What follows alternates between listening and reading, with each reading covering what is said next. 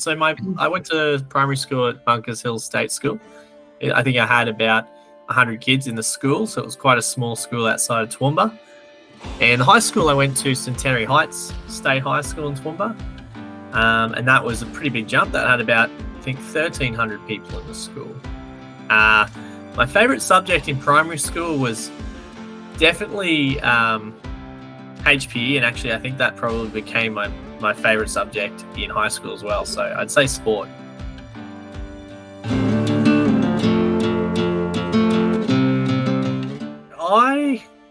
I suppose I kind of fit in the intersection of education and technology, particularly in the context of agriculture.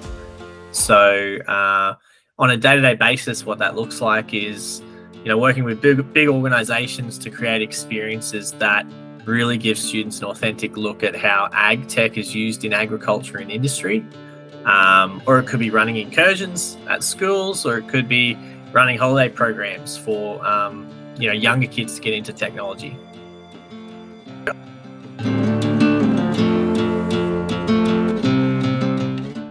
I suppose that's a interesting question for me, because I'm also a researcher and I work in robotics separately. So I don't have a single job. I kind of have multiple at once.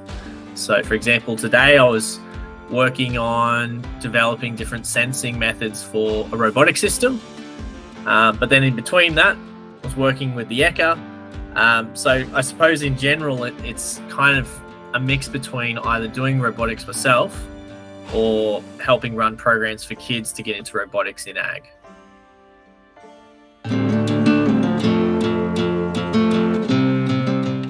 I think primarily the robotics I do is looking at how do we automate red meat processing. That's mostly beef and lamb applications. So in some sense, that's kind of what my research is in. But I suppose another aspect that's kind of unique is I get involved in how do we design education experiences that are kind of authentically ag tech for kids to get into agriculture in that way.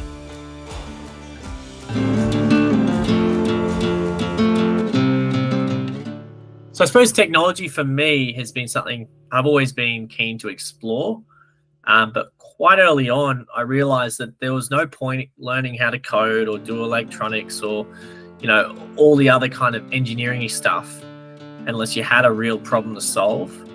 And I think that's kind of where I started looking into agriculture, because we've got a huge industry here in Australia, but we've also got a lot of big problems to solve, and technology can help with a lot of those. So for me, technology has been a tool where we can look at how can we use technology to make things more efficient. And that research for me is looking at, can we use sensing technologies and robotics and put them together to create a system that can, automatically cut up meat in different ways. And then I suppose for me, it's always been about, when I look at my own kind of professional career as a robotics engineer, how do we translate those skills down into education? And so that's really kind of informed all the programs we run. It's all about how can we get students to see how technology can actually be used in agriculture in a real world application. So I suppose, that's kind of both ways of how technology is impacting what I do on a day-to-day basis.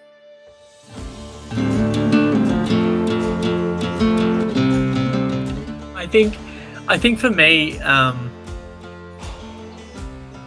it's been quite interesting for me at this stage in my career, seeing that technology is something that can really help. And being a STEM kid, I suppose that was kind of my background. I was more into engineering and science and tech more than agriculture when I was growing up. And I think the most surprising thing is just how much value you can give if you have the context or your knowledge of agriculture and skills in technology. So for me, I think that's what surprised me the most, is I've realized you can't walk in and just do technology and solve every problem, because you don't even know where to start. And I think with agriculture, I particularly look at is there's a lot of problems sitting there that there are some simple technology solutions too, but maybe it's the people in industry haven't quite yet got that tech background to really solve them. So I think for me, what's really surprised me is just how much value you can give if you know agriculture or the background of agriculture, but you also have skills in technology, and that crossover is quite valuable.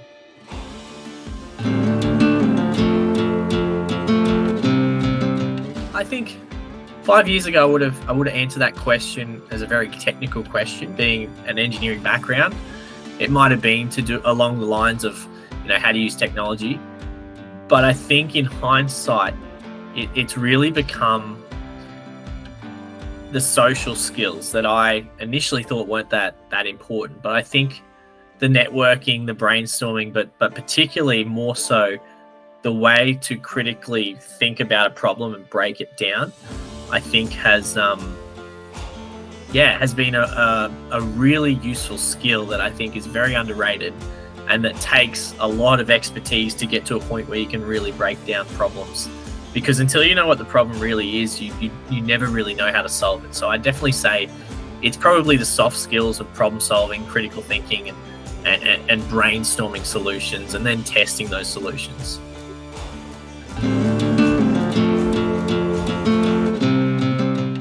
I'll answer this one personally because I still think I'm quite young. Whether I'm really, really young or not, I'm not sure. I think it's the fact that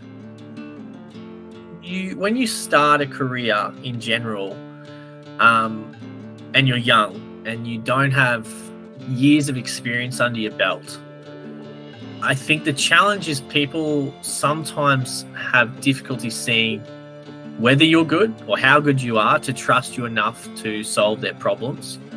And I think unless they trust you enough, they won't pay the grant money to do the job, or they won't pay you the amount you need to get started.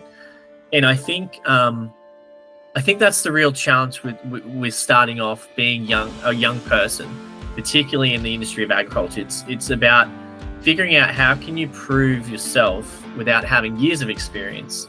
And I think that really comes down to how do you prove your capabilities as fast and as quickly as possible so that you can then get on and actually do the work.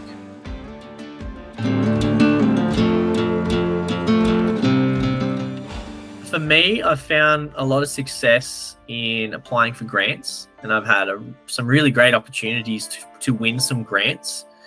And I think for me, it's about looking for opportunities to get funds to then do the work, to then build your expertise, but also your reputation. So for me, it was about finding grants, and I've done a few and I've been able to deliver on them.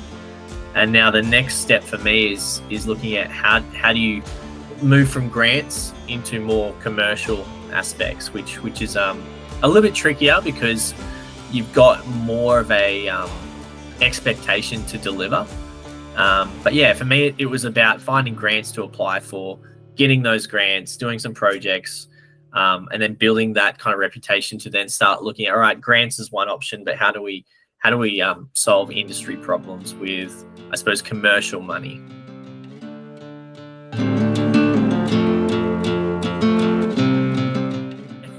That's a good one. If it's in schools or I suppose an education thing that I'm in, it's definitely black or brown formal shoes. If I'm working on a robot and I'm in the factory, it's gumboots. If I'm working in a robot in a shipping container, which I've done before, it's just anything that I'm prepared to get dirty and wrecked, because I'm going to be cutting it on stainless steel. I'm going to be wrecking those shoes. So it's one of three options for me.